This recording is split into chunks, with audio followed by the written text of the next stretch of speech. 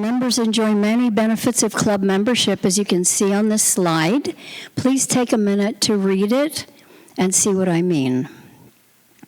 These are just some of the benefits of being a lifelong learning club member. The election process is about to begin.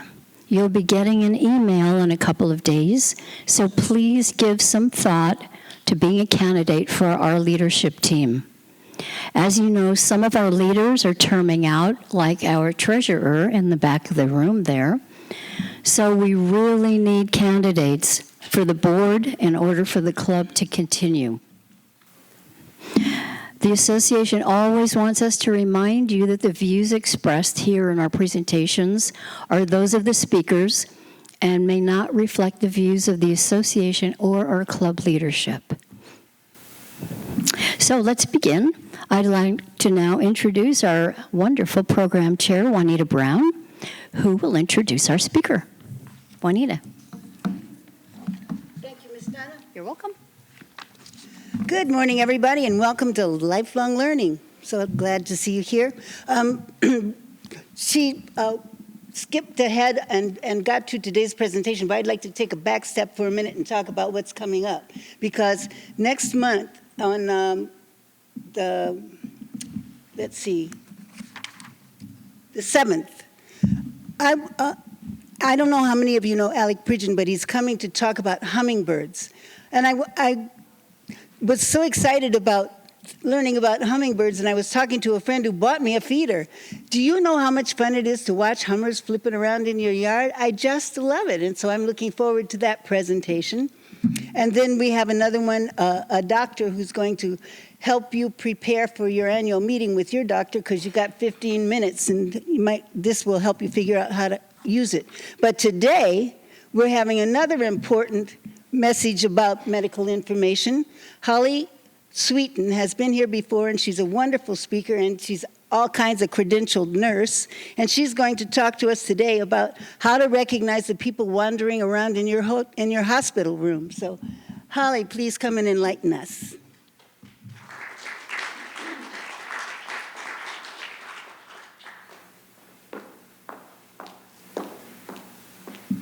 Hi, everybody. Thank you for having me again. I'm going to take this out so I can.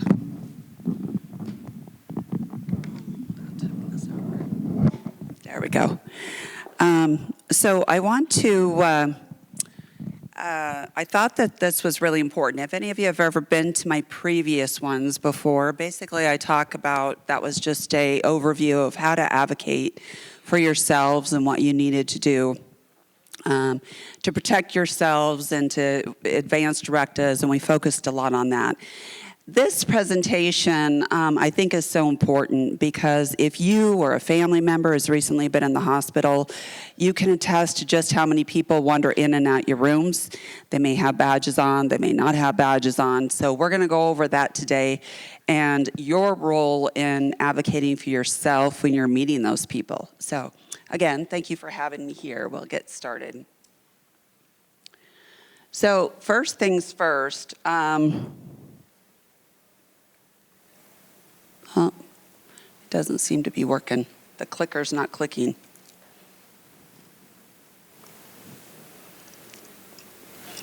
I'll start real quick while Mike kind of troubleshoots this a little bit.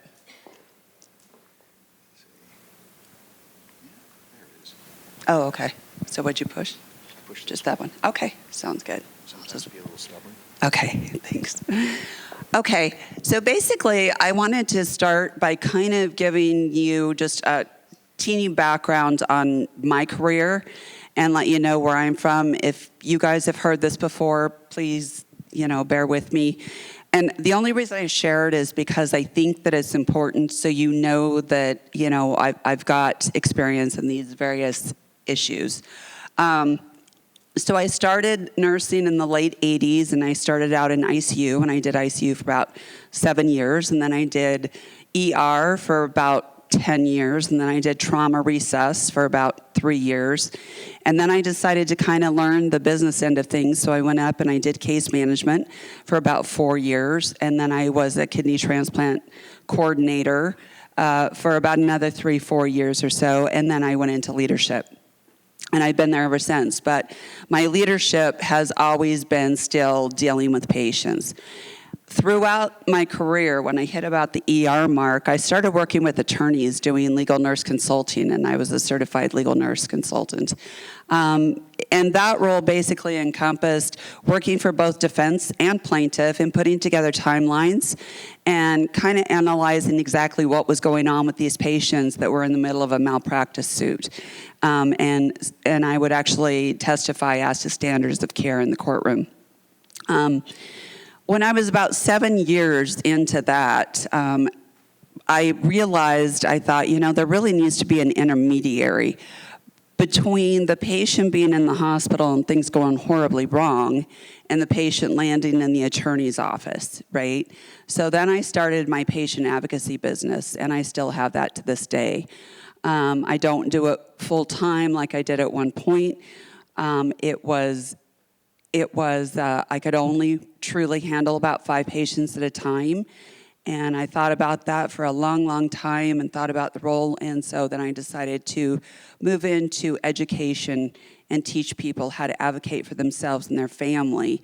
And that would be a better way to get the word out about how to advocate for yourselves and for others. So that's why Juanita was so grateful and gracious and reached out and asked if I would teach this portion, so I appreciate that.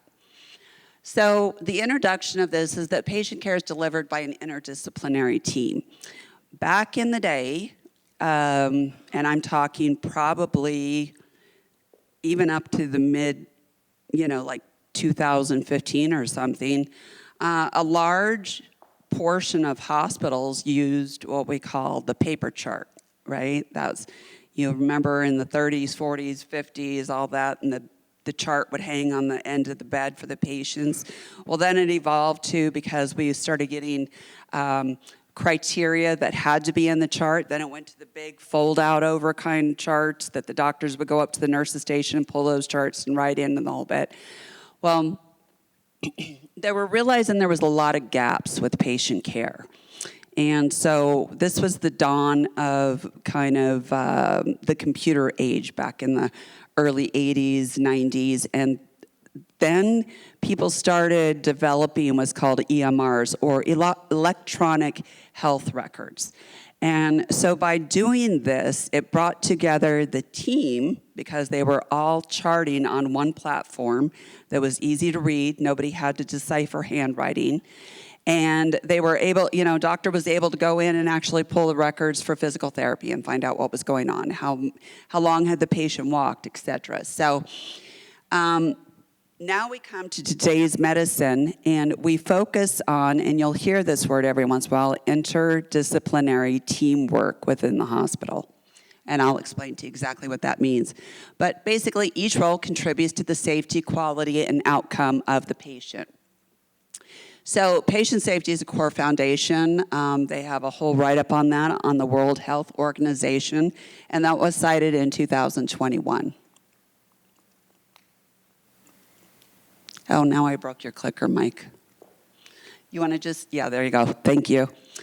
So physicians, we'll start with physicians. So there are basically kind of overall 2 types of physicians, also known as a medical doctor, that's an MD, and the other one is Doctor of Osteopathic Medicine, a DO, okay? So those are the 2 type of, doctors that you see. Basically what they do, their function is to diagnose, treat, and coordinate medical care, okay? Those doctors' recommendations are brought to the attention of your insurance company by the case managers, and we'll talk about this in a little bit. And that's basically what the insurance company uses to either approve your care or deny your care. They also make decisions on how long of a stay you will have in the hospital based on those notes. If a doctor comes in and says, Mr. J remains on a ventilator with medications, intravenously supporting his blood pressure. Well, obviously he's not able to breathe on his own, and he's not able to hold his blood pressure on his own. So we can't send you home that way, right? So obviously the insurance company is going to have to authorize more days for you to be in the hospital. So doctors also collaborate with nurses and other specialists for safe care delivery. They oversee nurse practitioners. This is important to understand. There are some states, we are not one of them, that allows nurse practitioners to practice independently without oversight of a doctor. We are not one of them. The doctor actually has to oversee the nurse practitioners, okay? Nurse practitioners came on the scene when we suffered a severe physician shortage in the country. And they said, how are we going to get all these people treated? They thought, well, let's pull up some of our nurses, give them advanced training, and they can fit into several different categories that doctors normally hold, and that's how the nurse practitioner kind of came about. So, providers visiting you in the hospital should always have a badge. Always, always, always. If they don't have a badge on, ask them who. They may whip in the room with their white coat and their stethoscope and say, hey, I'm Dr. Smith. I'm here to see you today. Say well, tell me a little bit more about you. What's your specialty? Oh, well, I'm your attending. And do you work for the hospital, or are you with an independent group? Oh, well, yeah, actually, I'm contracted with the hospital. So you want to see who they are. And the reason I tell you this is because one of the things that you run into, especially in the ER, is you run into doctors in training. And they're the ones that don't like to carry their badges around because they don't want to be known for. So you've got medical students. So medical students those are the ones that have graduated from their baccalaureate program in college and are now accepted into a medical school, but they don't have their MD behind their name, right? They are medical students. They are going through, they have to go to class, they have to go to lecture, they have to go on rounds with the doctors, so they're medical students. They cannot write orders. All they can do is kind of be there, stand there, and the doctor sometimes will say, do you mind, I have a medical student with me today, do you mind if he sits in on your this session or whatever, or assessment. Then after they graduate medical school and they walk across the stage and they get their little diploma, now they're a medical doctor, but they can't go out and just practice medicine, right? Now they're residents. And there's 4 different levels of residents. There's resident 1, meaning they're in their first year of residency, resident 2, second year of residency, resident 3, third year of residency, resident 4, fourth year of residency, ready to graduate from their residency program, and now they will be a full-fledged, able to do anything. Now, the trick is that residents are able to write orders, okay? They're able to come in and treat you. They're able to do all the stuff, but they work only under the guise of an attending physician. I like to sprinkle little stories here and there throughout my presentation. One time I was in the ER, and we had a patient that rolled in, and doc rolls in the door and says, set me up for a central line, which is a fancy line, IV line that goes in under their subclavial bone, and it accesses a major vessel, so we're able to get some fluids in you really quickly. And I said, what's your credentials, doc? Because he didn't tell me. So he's like, well, I'm an R2. I said, you can do this without your attending? And he says, yeah, I've done it like 4 or 5 times. I get the attending on the phone. I says, doc, this is Holly. I've got, Dr. Smith here, because they are doctors. I got Dr. Smith here. He's an R2 telling me that he's done the centrals before. Are you okay with this? We really need to have you at the bedside. Doc says, no, go ahead, let him do it. So he pulls up the lidocaine, right, to numb this site, and he goes in the skin, and he goes back out of the skin, and he squirts me in the face with lidocaine. So I said, get out of my ER and don't come back unless you have your card-holding attending physician with you at all times. So what they like to do, especially when you're in the ER, is these R1s or R2s like to sneak in and do an assessment on you and treat you, and they don't have their badges on. So you want to ask them, are you the ER doctor or are you a resident? And they have to tell you, okay? So always ask that, especially in the ER. Next one.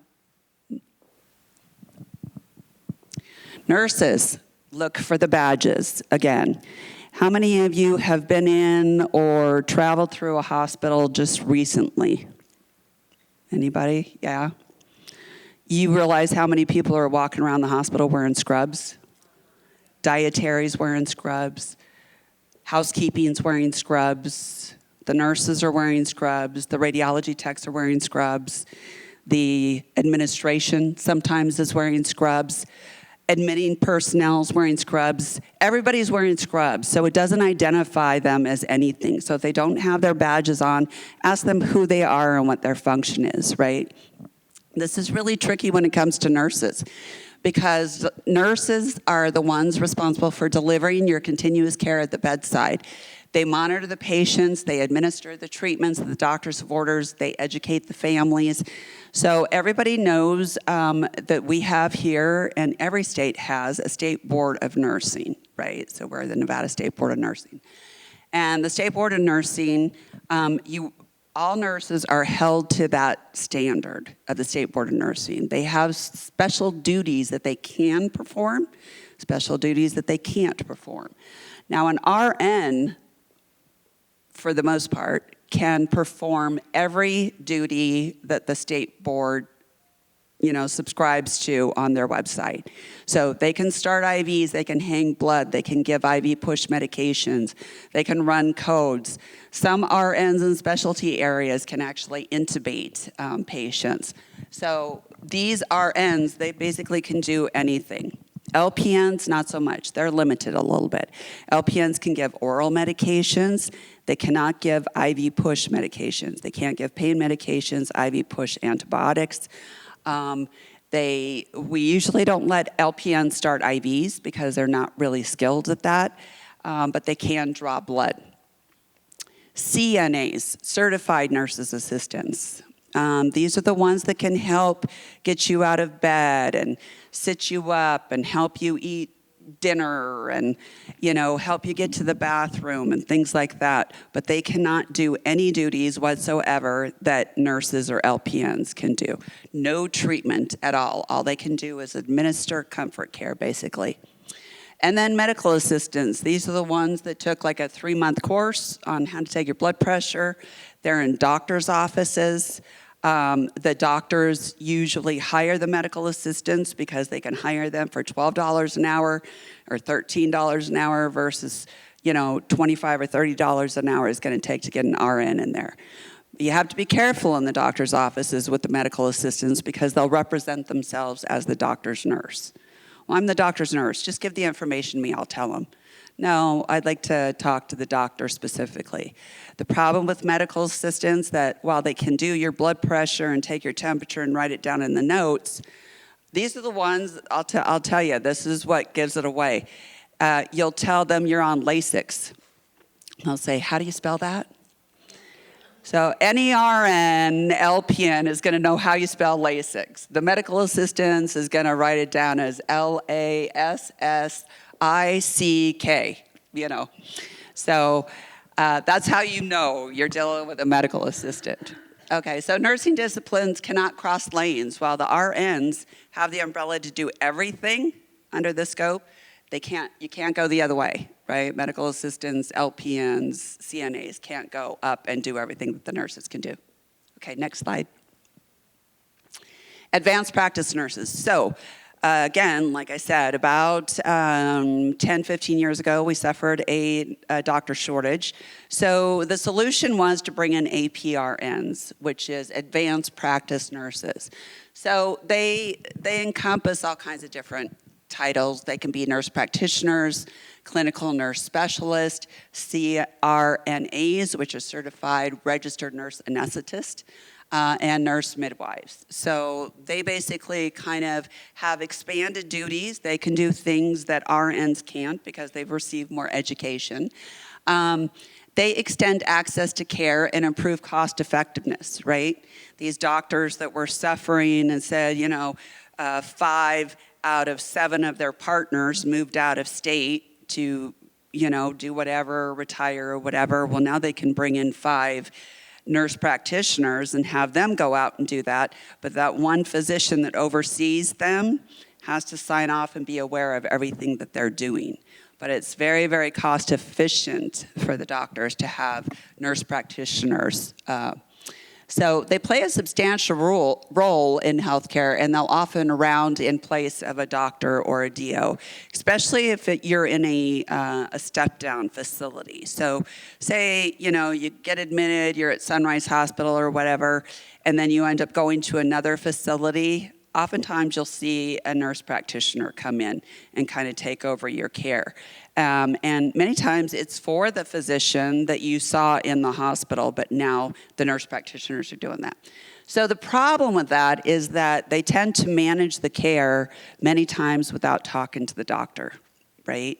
So if you feel like your condition is deteriorating or your family's health is deteriorating, tell them, I'd like to speak to the doctor directly about this. And they'll say, well, I represent the, no, like I said, I want to talk to the doctor about this specifically. So advantages is that they usually have a nursing background.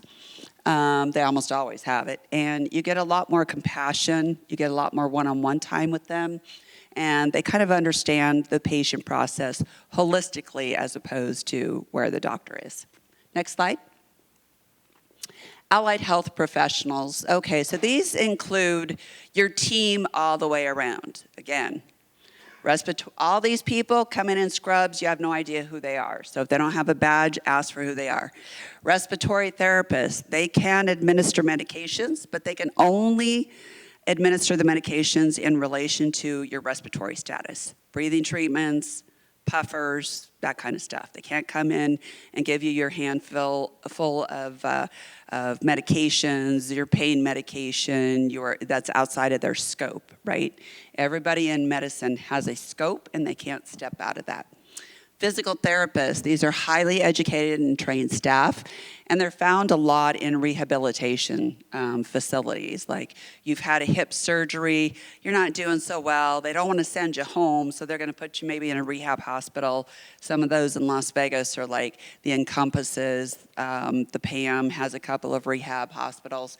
And those facilities are driven by physical therapy, occupational therapy, meaning the way that hospital gets revenue is through physical therapy, occupational therapy. How much progress has the patient made throughout their stay? That's how they get paid. That's how those facilities make their revenue. Occupational therapists, they kind of get thrown into the PT circle. Occupational therapists, they assist with activities of daily living. They're the ones that can come in, especially for like the stroke patients, right? They'll come in and they'll give you worksheets to do, like fill out your name, your number, try to stimulate your memory going. They will teach you how to feed yourself, how to do laundry again. You'll see in some of the rehab hospitals, they have big gyms. And in the gyms, they'll have like a mini supermarket in there. They'll have a car, teach you how to get in and out of a car. They teach you how to do your laundry and how to shower and things like that. So that's occupational therapist. Pharmacist, they formulate your medical schedule of prescribed medication while in the hospital. And then you have your wound care nurses. I differentiate them out of the regular nurses only because wound care nurses typically don't give medications either. They're the ones who round with the wound care specialist.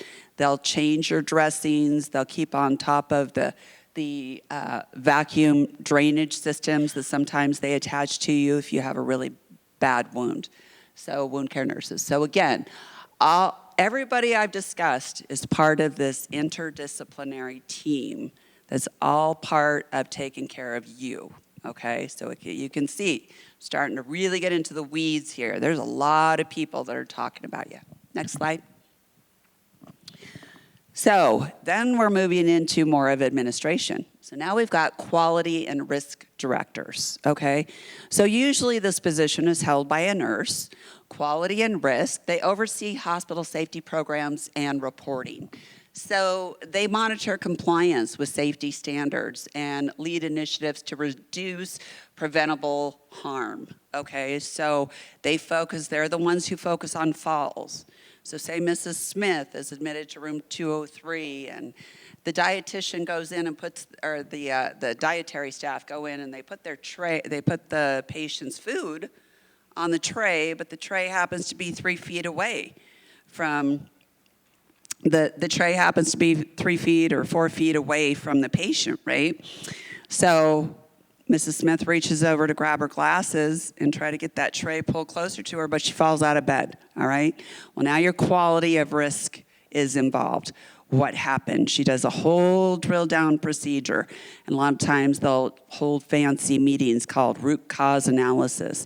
Is there a common denominator between who was involved in that fall? Has the same, dietary person gone in and been involved in falls because they don't push that tray close enough to the patients? So it's a whole science. Now, every hospital has to have a director of quality. This is mandated by CMS and Joint Commission in order for the hospital to get paid. You have to have director of quality and risk. And why they're important. These are the ones, like I said, that they get into fall injuries. They do a deep analysis. They also get into any medication errors that may have been, wrong medication given to the wrong patient, wrong site surgeries. You think they happen in Las Vegas? Do you know what a wrong site surgery is? Yes. Wrong site surgeries is you go in to have your left knee operated on, but they operate on your right knee. They absolutely do happen in Las Vegas. There's a whole procedure they have set out in OR saying the timeout. It's called a timeout procedure, and it should happen while you are still awake. And if you have to go in for a procedure, you say, I want to be awake for the timeout because you want to. We had a patient recently at our facility. They held timeout. She says, I want to be awake for this. And so, staff kind of, oh, God, all right. The anesthesiologist is ready to knock them out with the medications and the whole bit. So they says, Mrs. Jones, she's here for right knee arthroplasty, meaning they're going to take out her knee, put a whole new one in. And she goes, no, it's my left knee. And they said, what? Everything that we have says right knee. She goes, no, it's my left knee. Doctor walks in. Doctor should be there during the timeout. Doctor walks in, and the circulating nurse says, Doc, we got a problem. And Mrs. Smith says it should be her left knee, not her right knee. He goes, no, it's her right knee. I put it in my chart. So she said, patient says, pull up my x-ray. He pulls up, he says, oh my God, it's your left knee. So that meant going back, getting different surgical equipment, getting different parts for her knee, the whole bit. So stay awake during that timeout period, right? Had another patient. This is an ongoing case. This case is about $20 million case right now going on in Northern Nevada. Lady goes in, and she goes into surgery because she had a mass on the right side of her tongue. So they go in. Whether or not they did a timeout, she doesn't know because she wasn't awake for it. But they go in. She goes home. She starts getting all this pain. It's like craziness. So she goes and she sticks her tongue out in the mirror, and she realized they removed half of the wrong side of her tongue. The mass was still there. So, of course, the mass was malignant, so they had to pull out the other side. So now she has no ability to speak. So $20 million, wrong site surgeries. So be very aware of what that is. So anyway, bottom line is that if you get a visit from quality and risk, open your ears, pay attention, get out your notepad, get your significant other on the phone, get your wife, your husband, whatever, your child, whoever's involved in your care and knows about what's going on, your neighbor, doesn't matter, get them on the phone as a witness to the conversation. Because if quality is visiting you, it means that by law, she's got to notify you of a concern that happened to you and you're unaware of it up to this point, okay? So when quality walks in your room, listen up. Okay, next slide, please. Hospital administrators. So hospital administrators start out with hospital supervisors. These are the ones that manage, these are nurses, all the time. They're the ones who have a substantial bedside clinical background. They've been nurses for like 15, 20 years. They know their stuff. They're able to speak for and be an advocate for you. They also can speak for and work through the requirements of administration because they're on duty at nighttime, on the weekends, during the days. If there's a problem or a significant concern, you can always ask for house soup. I want the house soup to come see me. If you're not getting any resolution through the charge nurses, ask to speak to a house soup. They know all the buttons to push to get you what you need to know and get you to where you need to be. Chief nursing officers, these manage all the nurses within a given facility, right? So they're over all the RNs, CNAs, medical assistants, whatever else they got going. CEO, they oversee the hospitals, every department, clinical and non-clinical, and they have the last word, basically, on what goes on with any type of situation within the hospital. Problem is that a lot of times they're not medical. CEOs come in with maybe a bachelor's, a master's degree in business association. They'll also come in with a master's degree in health administration, but that does not include like clinical stuff.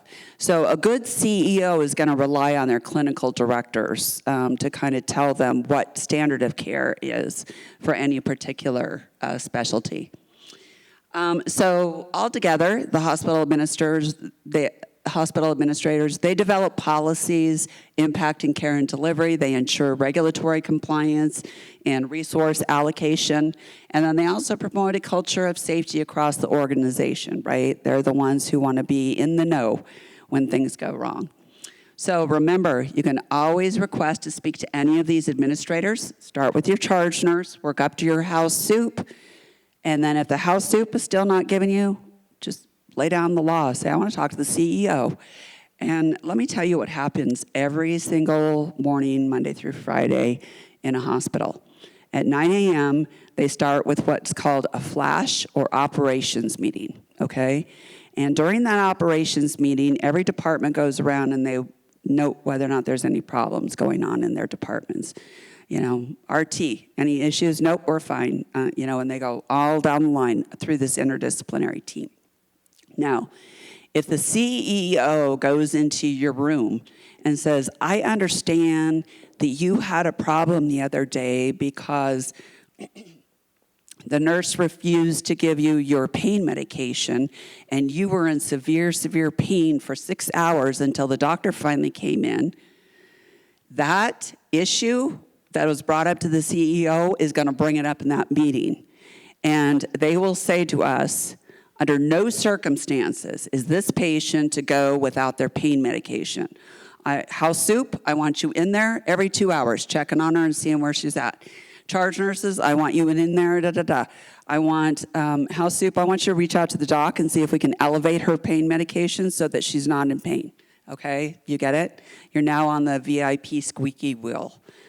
So it's always a good thing when you feel like you're not getting the treatment that you need or require to add people in. Be the squeaky wheel because everybody will know, oh, yeah, Mrs. Smith, how's she doing today? CEO is going to know you by name. She'll also come back down and be in your room to check and see a couple days later how everything's going. Next slide, please. Why is that? Why do you think that is? Because we have things that we call, Google surveys. We have, it's long acronym, but it's HCAHPS. HCAHPS, if you are a Medicare, Medicaid person, HCAHPS is basically a hospital survey that gets sent out to patients, and they ask you things like, were your nurses attentive? Did you get your medication on time? Did you see your doctors? Did you have access to your pharmacist? So all those things come in, and then they get graded at the end of the year. And if you end up with a bad HCAHPS score, or if you end up with a poor Google score, Corporate knows all about it, and now you're under fire. So they want to make sure that they keep you happy and safe. Case managers. Okay, anybody know what a case manager does? Yeah? A little bit? A little bit? So case managers, they're the ones that come in with a smile and they say, Mrs. Smith, I want to introduce, I'm Holly. I'm your case manager. I'm here to work for you. I want to make sure you have everything that you need. Not so much.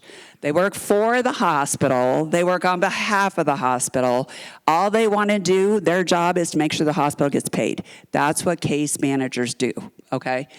Not that they're bad people. I don't think they're bad people, but I was one of them, so I know exactly what they do. So, are they always working in your best interest? No. No. They're working for the dollar, the bottom, the financial impact, the financial bottom dollar of everything. So if Holly, the sweet case manager who brought you cookies and patted your hand, if she comes in and says, you know what, we just decided that maybe you would do better at another facility, is because she can't now back up your clinical information to stay in the hospital anymore. So she says, so you'll be discharging tomorrow by noon, okay? Well, you had no idea. Your doctor told you were going to be here a whole nother week, right? So now you've got to plan for this stuff. Now you've got to do this. And you'll say, no, that's not what you told me. You told me I have a whole nother week. I have stairs at home. I have nobody that can care for me. I've had a total knee. I only walked 50 feet, you know? Well, I'm sorry, it's the insurance, it's not us. Well, that's kind of partially true and kind of partially not true, because the hospitals, they work off what's called an LOS, or length of stay, okay? And they want to know that length of stay right up. They know that before you're even admitted to the hospital. Mr. Johnson is coming in. That length of stay, what's his length of stay? 10 to 12 days, okay. So they know you're going to be there 10 to 12 days. Right? They count on that. That's revenue that they're looking at right there. LOS is determined by your insurance company, and if an LOS needs to be extended, it's the case manager's job to submit the reasons why. The MD will write daily notes on your care, and then those notes will get submitted to your insurance company, and if your LOS does not get approved, case managers will work to get you out of the hospital ASP, because now they're losing money, right? These flash meetings, these operational meetings that I talked to you about earlier, it's one of the first things that they do. The director of case management is in there, and the CEO will grill her. What about Mrs. Johnson? Her LOS ended 3 days ago. What is she still doing here? Well, we can't get anybody to, no. By 4 o'clock today, I want an answer. She's out. By tomorrow morning, that patient does not need to be here, okay? On the opposite spectrum, because it works both ways, right? This is a true case. I was chief nursing officer in a hospital here in Las Vegas, and we had a patient. Actually, I think this is a case study I go through, so I'll do it later. Okay, next slide. I'll do it in just a few minutes. We're almost done here.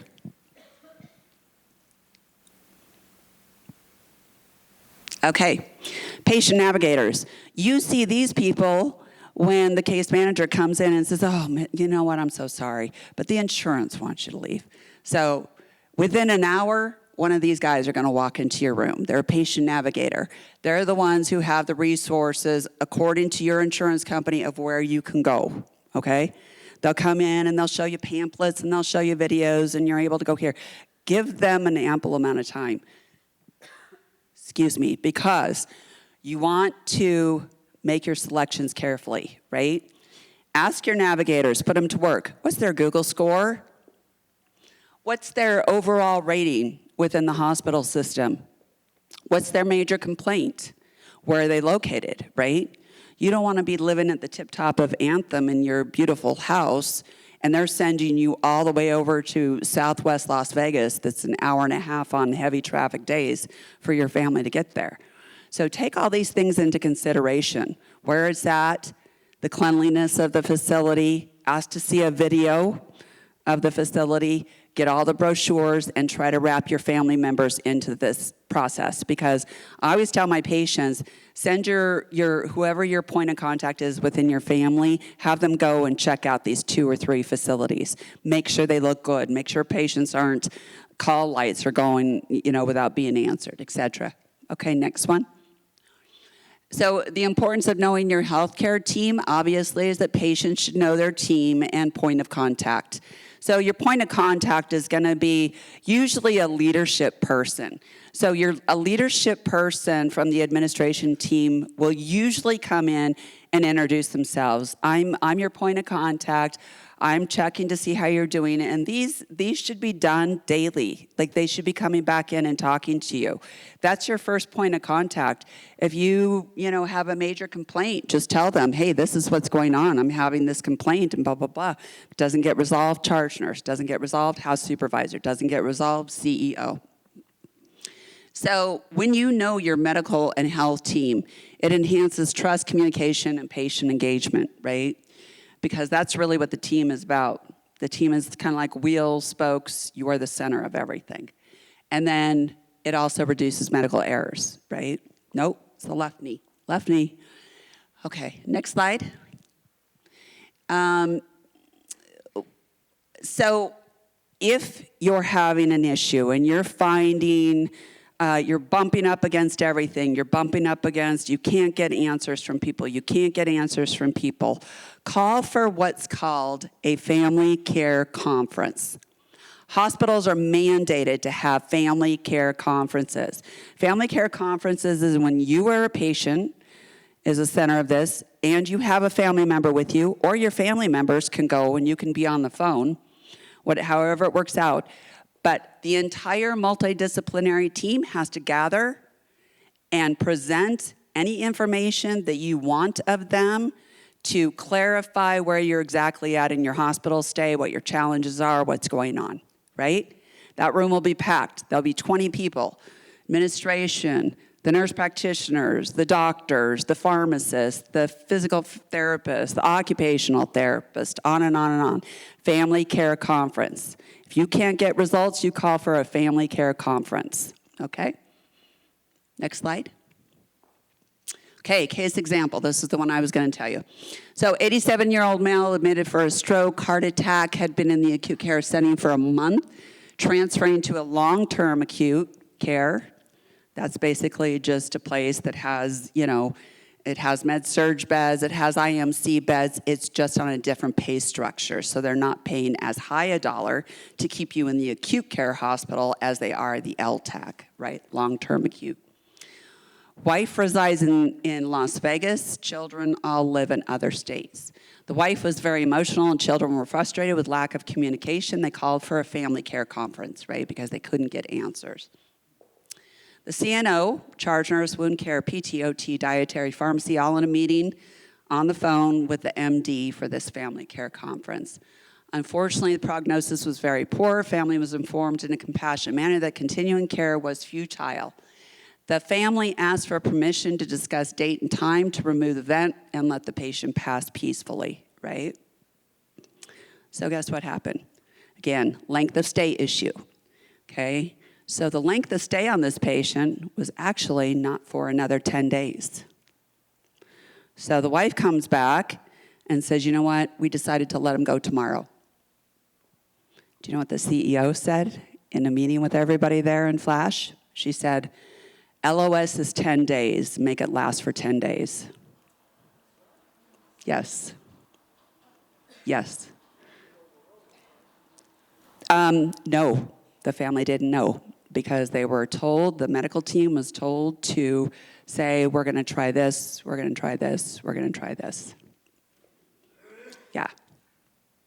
So if you have a conversation like that and you're in there and the family asks permission to discuss a date and time, that's your open invitation. Pick any date and time you want. So then you just remind, the powers that be or the CEO, wait a minute, this is my decision. My husband is laying in the bed. He's suffering. You told me there's no point to it. If I want to discontinue care tomorrow, I'll discontinue care tomorrow. Otherwise, we can resume this conversation with Channel 8. Whatever you want to do. and it will happen. So you've got to have an advocate. Okay, so that's basically kind of the presentation. That's the overview. I want to open it up a little bit for answer or questions.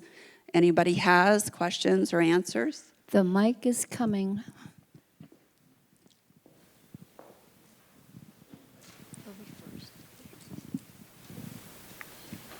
Go ahead. Oh, go ahead. Okay.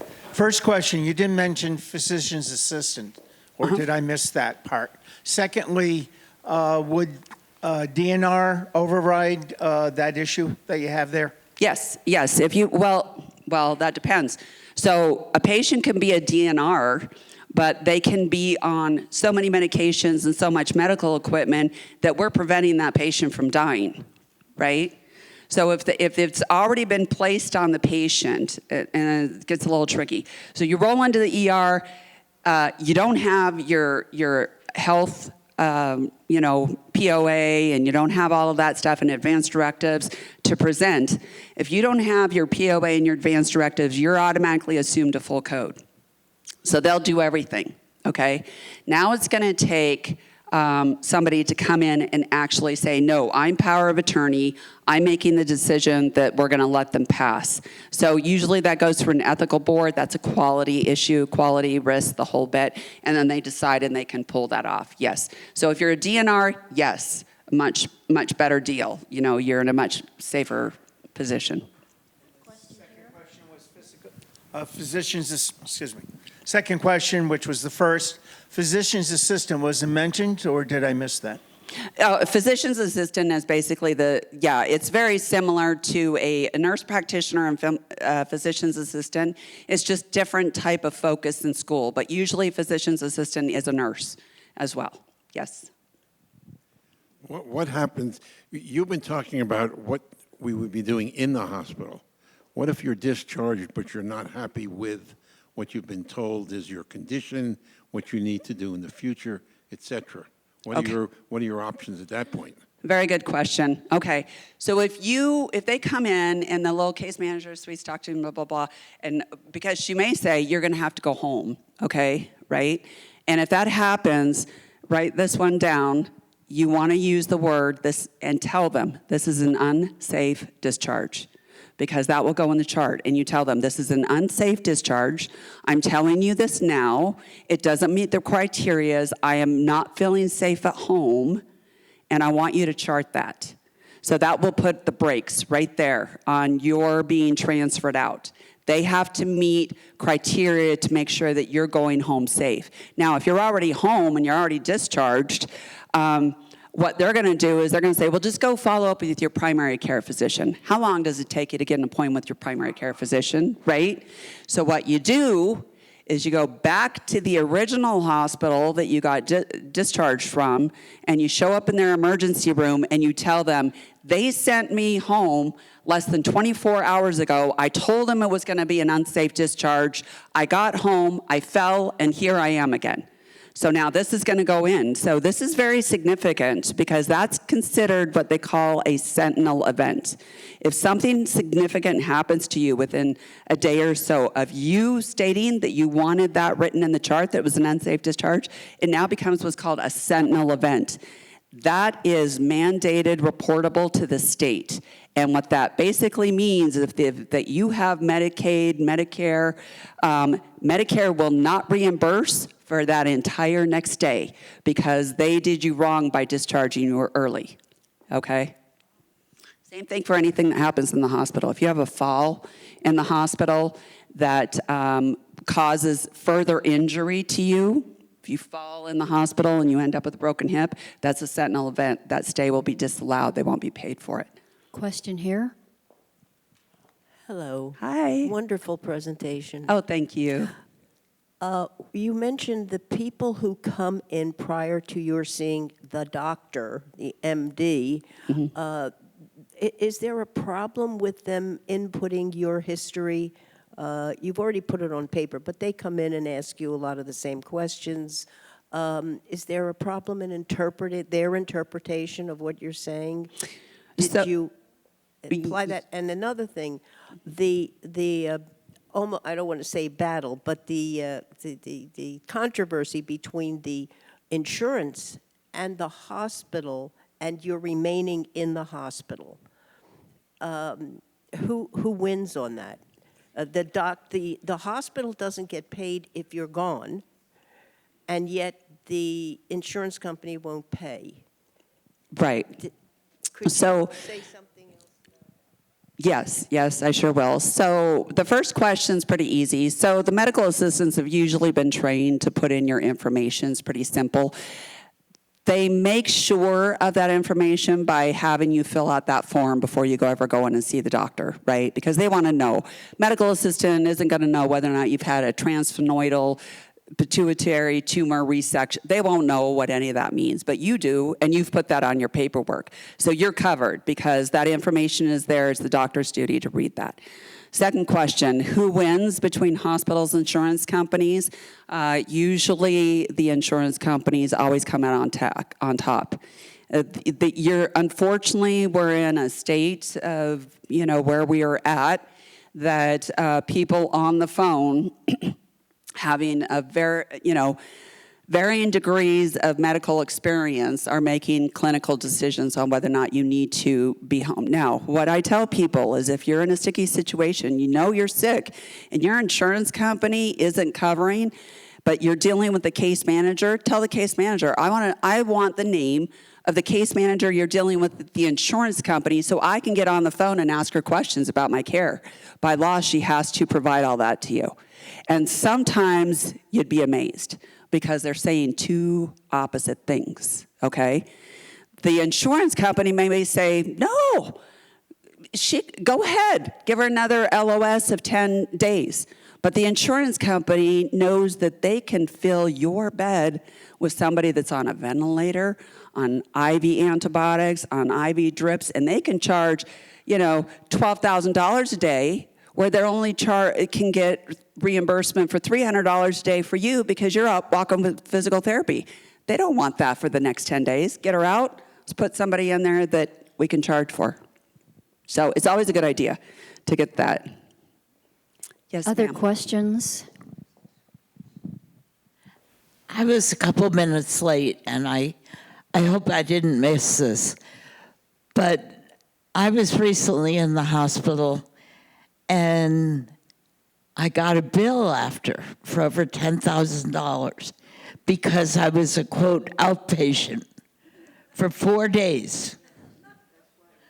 And most of that charge, it turns out, was for medication that I had sitting home and someone could have brought me. What do you do about something like that?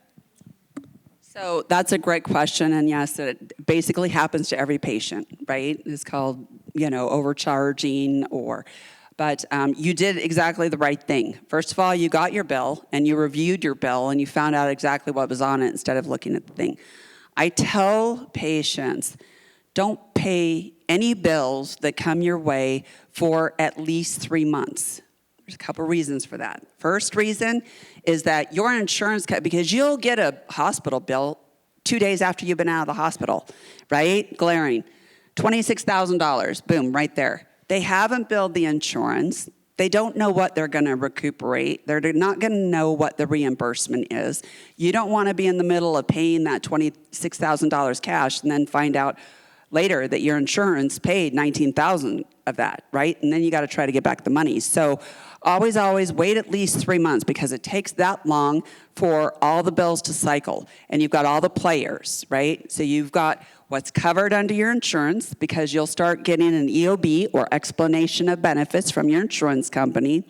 You'll also get the hospital bill. You'll also get the radiology bill, the ER doctor bill, everything else. So it takes you 3 months to get all that information to know exactly where you're located and where you're at and what's covered and what's not covered.